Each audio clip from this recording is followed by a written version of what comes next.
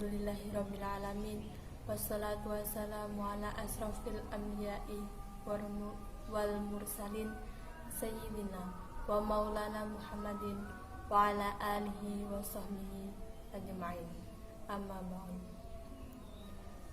Hadirin yang berbahagia, tiada kata yang pantas saya ucapkan dalam mukadimah ini melainkan untayan puji syukur kehadirat Allah Subhanahu wa Ta'ala dengan wasilah ungkapan Alhamdulillahirabbil alamin.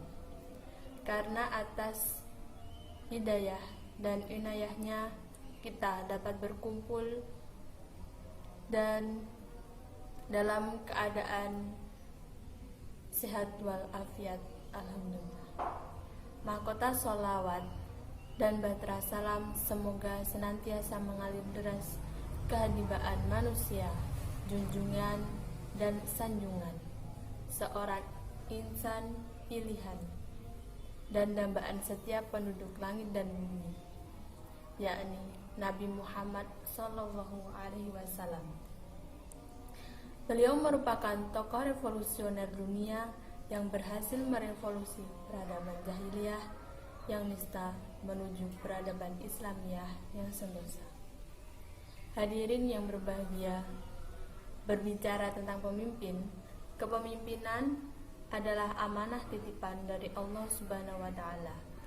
Menjadi seorang pemimpin bukanlah sesuatu yang diminta, dikejar, atau bahkan diperebutkan.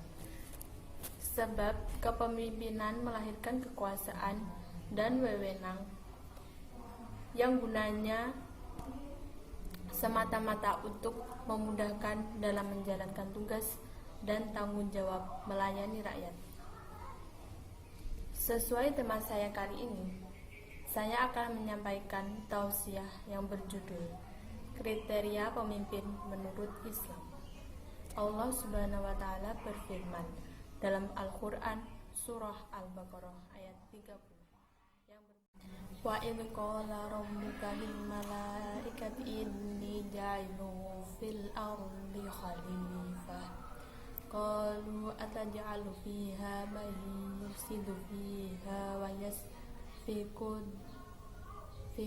lima wa nahnu nusabbihu bihamdika wa nuqaddisu lak qala inni a'lamu ma la ta'lamun, yang artinya Allah Subhanahu wa Ta'ala berfirman kepada malaikat, aku hendak menjadikan seorang khalifah di muka bumi.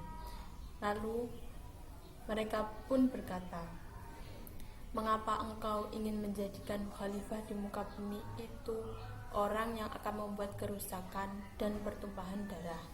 Padahal kami senantiasa bertasbih dan mensucikan namamu. Allah berfirman, sesungguhnya aku mengetahui apa yang tidak kamu ketahui.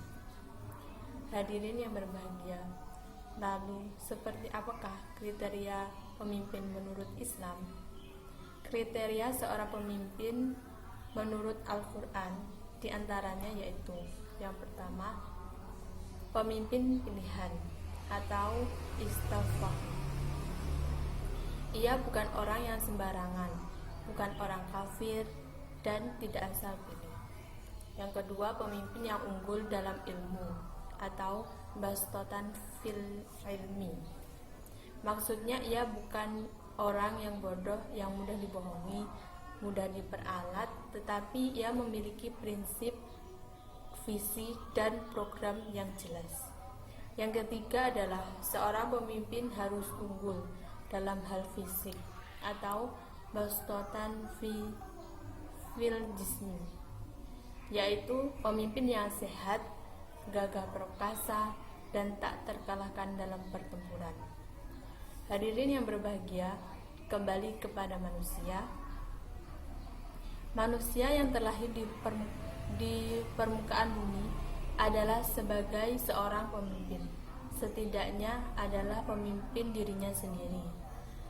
Dalam Islam terdapat aturan yang berkaitan dengan pemimpin yang baik, yaitu beriman dan beramal soleh.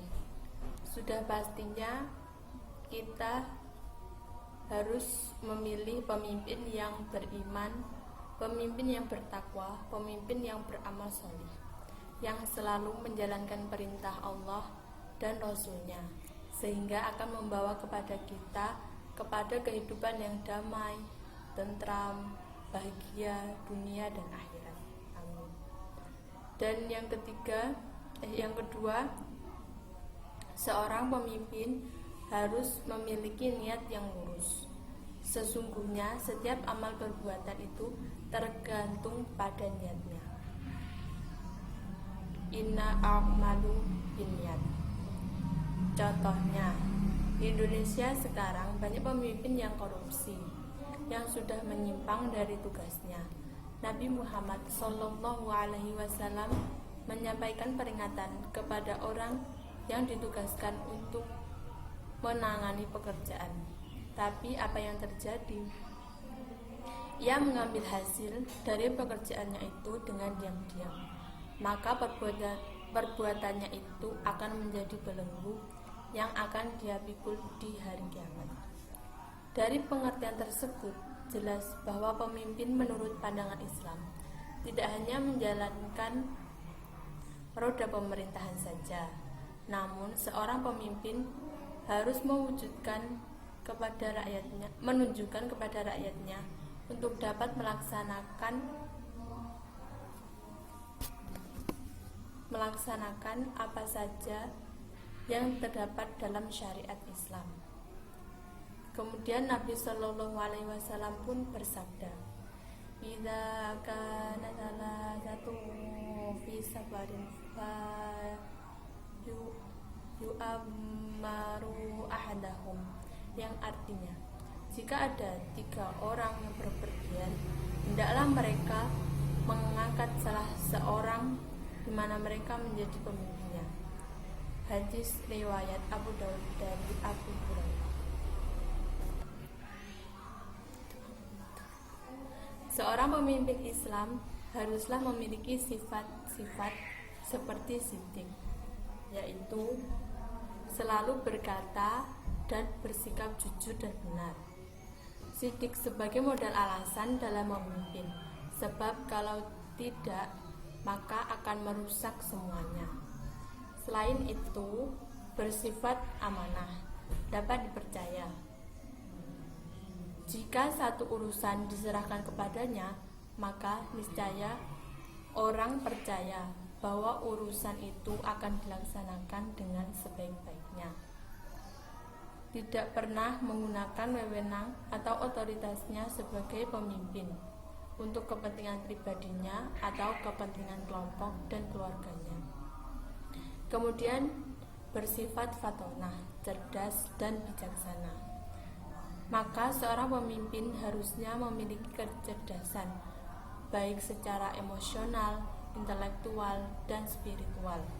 Dan yang terakhir, bersifat tabligh, penyampai, dapat berkomunikasi dengan baik, artinya menyampaikan kebenaran kepada masyarakat sebagai bentuk tanggung jawab untuk menunjukkan jalan kebenaran agar masyarakat terhindar dari fitnah dan dengki. Demikian yang dapat saya sampaikan, kurang lebihnya mohon maaf. Wallahu muwaffiq ila aqwamit thoriq. Wassalamualaikum warahmatullahi wabarakatuh.